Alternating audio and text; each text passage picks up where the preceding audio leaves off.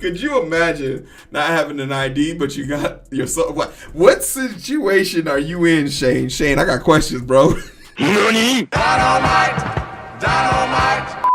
Hey, how you guys doing? My name's Heero. This is the identity booth.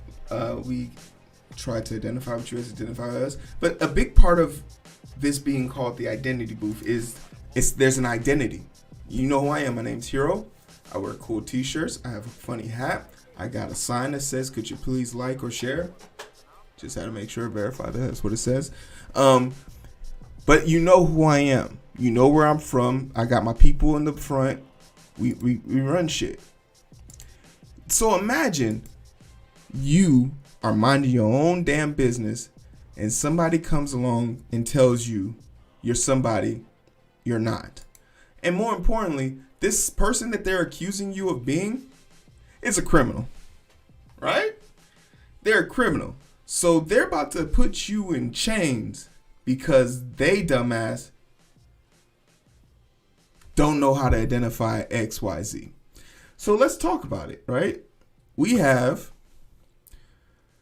the I-Team. Police defend arrest of black man later mistaken for white man with same name. And that's a misleading title because his middle name is different. So basically, all right, we'll take it from top. So basically, we have a story out of Las Vegas. One of two Southern Nevada police agencies being sued for arresting a young black man on a warrant for an older white man insists it correctly arrested him. The statement comes as the NAACP. I always want to say NAN. I always want to say like the NCAA because that's I play that.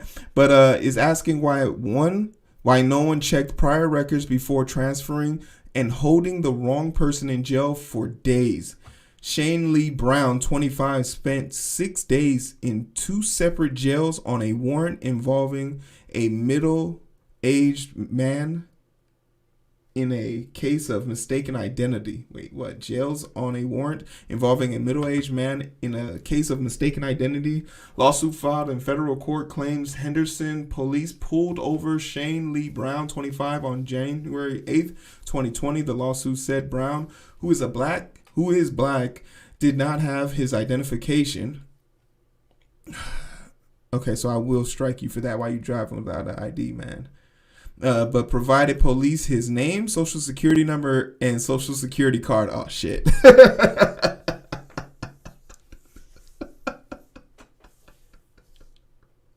Could you imagine not having an ID, but you got your... What situation are you in, Shane? Shane, I got questions, bro. Shane, what situation are you in that permits you to be driving around with no driver's license, but you got enough information to go get a passport right now?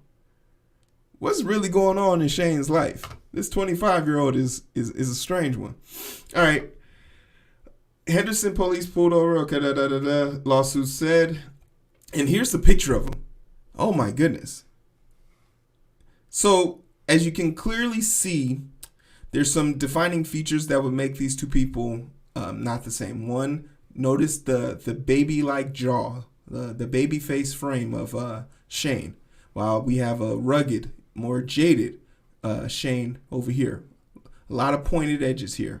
Notice the bare baby bottom face over here on Shane. I'm only being jovial because he's alive. Like if he died, this would have totally been a tragic story. But since they're both alive and he's about to get paid, I'm going to have fun at his expense. Notice the grizzled anti-Santa Claus beard going on here. Didn't really know if he wanted to be a cowboy or homeless. He decided to be both. A homeless cowboy. It's quite apparent. And I'm also making fun of him because he's a criminal. Notice the uneuphoric...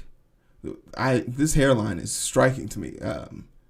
But you know what? It looks like he was about to go get a cut. He was probably driving to go get a haircut, so this is understandable.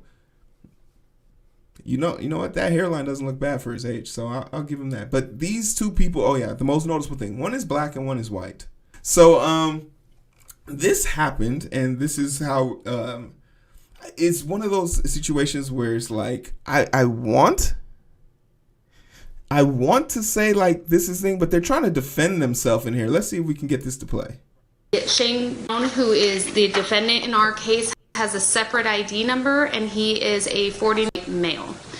As the 8 News Now I-Team reported last week, Henderson police arrested the younger Shane Brown in January 2020. Monday, a city spokesperson named police, quote, correctly arrested Shane Brown, this one, for driving without a license and skipping a court date. A spokesperson saying Mr. Brown admitted to the arresting officers that he knew his driver's license was suspended and that he had traffic warrants in Henderson. But something happened while in custody, prompting someone to think this Shane Brown was this Shane Brown, the older white one wanted on a warrant out of Las Vegas. Roxanne McCoy is the president of the Las Vegas NAACP. In today's society, there are so many checks and balances that are in place that should be in place if they're not in place to make sure that these types do not happen. The I-Team found at least 2 prior booking phone Brown.